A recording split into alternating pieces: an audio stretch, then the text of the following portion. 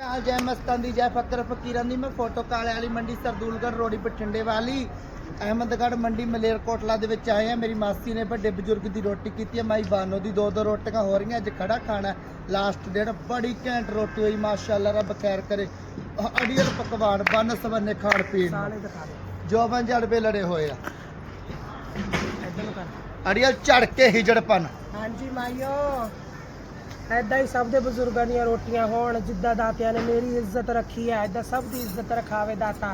छोटी जी सोना छोटी जी जिंदगी दे विच बड़े बड़े कारनामे। हाँ ते अब सोना अज स्टैंडिंग खाना आ प्रोग्राम भी आ हट के काम होया डीजे लगने डीजे लगे नाच गाना होगा और बड़ा बड़ा पूछा माइयो। बाकी कुछ आप ग्रुपों में देखना जितनी मेरी औकात थी मैं माइयों की सेवा में हाजिर छोटी जी हूँ। और जिंदगी सब लोग बधाइयाँ मेरे चाहने वालों को भी बधाइयाँ और मेरे ना चाहने वालों को तो डबल बधाइयाँ हो मियां।